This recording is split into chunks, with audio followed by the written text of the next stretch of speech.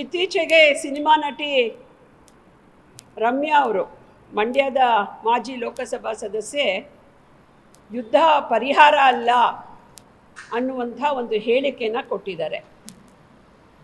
ರಮ್ಯಾ ಅವರೇ, ಯುದ್ಧ ಪರಿಹಾರ ಹೌದೋ ಅಲ್ವೋ ಅನ್ನೋದನ್ನು ಭಾರತ ದೇಶ ಮತ್ತು ಜನತೆ ಇವತ್ತು ಯಾವ ಒಂದು ಧ್ವನಿನಲ್ಲಿ ಸರ್ಕಾರದ ಬಗ್ಗೆ ಅಪೇಕ್ಷೆ ಪಡ್ತಿದ್ದಾರೆ ಅನ್ನೋದನ್ನು ತಾವು ಗಮನಿಸಬೇಕು.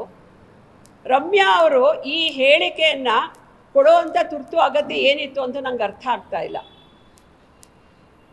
ಯುದ್ಧ ಪರಿಹಾರ ಅಲ್ಲ ಅಂತ ಆದರೆ ನಮ್ಮ ದೇಶದ ನಾಗರಿಕರ ಮೇಲೆ ನಡೆದಂಥ ಈ ನರಹತ್ಯೆಯನ್ನು ನೀವು ಖಂಡಿಸಿದ್ದೀರಾ. ಅಷ್ಟು ನೊಂದ ಕುಟುಂಬಗಳು ಕರ್ನಾಟಕದಲ್ಲೇ ಇದೆ. ಯಾರಿಗಾದರೂ ಸಾಂತ್ವನ ಹೇಳಿದ್ದೀರಾ?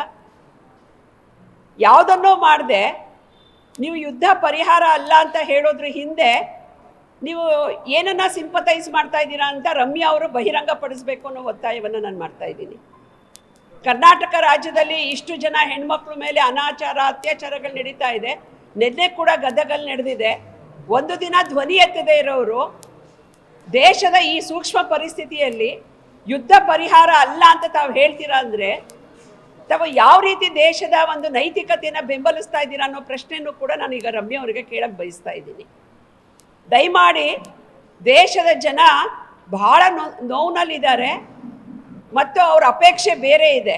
ಯಾವಾಗಲೂ ಭಾರತೀಯರನ್ನು ಒಡಿಸ್ಕೊಳ್ಳೋರಲ್ಲ, ಪ್ರಾಣ ಕಳ್ಕೊಳ್ಳೋರಲ್ಲ. ಒಮ್ಮೆನಾದರೂ ನಾವು ಇವ್ರಿಗೆ ಸರಿಯಾದ ಪಾಠ ಕಲಿಸಿ ನಮ್ಮ ದೇಶವನ್ನು, ನಾಗರಿಕರನ್ನ ರಕ್ಷಣೆ ಮಾಡ್ಕೋಬೇಕು ಅಂತ ಭಾರತದ ಜನ ಬಯಸಿದ್ದಾರೆ. ಅದನ್ನು ಅರ್ಥ ಮಾಡಿಕೊಂಡು ನೀವು ಹೇಳಿಕೆಗಳನ್ನು ಕೊಡಿ. ಯುದ್ಧ ಪರಿಹಾರ ಅಲ್ಲ ಅನ್ನುವಂಥದ್ದು ಎಲ್ಲರಿಗೂ ಗೊತ್ತಿದೆ. ಅದನ್ನು ನೀವೇನು ಸಂಶೋಧನೆ ಮಾಡಿ ಹೇಳಬೇಕಿಲ್ಲ. ಹಾಗಿದ್ರೆ ಶ್ರೀಕೃಷ್ಣ ಪರಮಾತ್ಮ ಯಾಕೆ ಯುದ್ಧ ಮಾಡಿಸ್ತಾ ಇದ್ದ? ಯುದ್ಧ ಮಾಡಿಸುವಂಥ ಪರಿಸ್ಥಿತಿಯನ್ನು ತಂದ್ಕೊಂಡ್ರಲ್ಲ, ಅವ್ರಿಗೆ ಬುದ್ಧಿ ಹೇಳಿ. ನೀವು ಇವತ್ತು ಸೋಷಿಯಲ್ ಮೀಡಿಯಾದಲ್ಲಿ ನಿಮಗೆ ರಿಪ್ಲೈ ಕೊಟ್ಟಿದ್ದಾರೆ. ತಾವು ಹಿಂದೆ ಪಾಕಿಸ್ತಾನಕ್ಕೆ ಹೋದಾಗ ಪಾಕಿಸ್ತಾನ ಸ್ವರ್ಗ ಅಂತ ಹೇಳಿದ್ದೀರಾ ಅಂತ ಇವತ್ತು ಸೋಷಿಯಲ್ ಮೀಡಿಯಾದಲ್ಲಿ ತಮ್ಮ ಸ್ಟೇಟ್ಮೆಂಟಿಗೆ ಕಮೆಂಟ್ ಕೊಡ್ತಿದ್ದಾರೆ. ರಮ್ಯಾ ಅವರೇ, ದೇಶಕ್ಕೆ ತಾವು ಸಹಾಯ ಮಾಡಲಿಲ್ಲ ಅಂದ್ರೂ ಡಿಮಾರಲೈಸ್ ಮಾಡುವಂಥ ಕೆಲಸ ಮಾಡಬೇಡಿ ಅನ್ನೋದನ್ನು ಹೇಳ್ತಾ ಇದ್ದೀನಿ. ಕರ್ನಾಟಕ ರಾಜ್ಯದಲ್ಲಿ ತುಂಬ ನೊಂದಿದ್ದಾರೆ ಹೆಣ್ಮಕ್ಳು.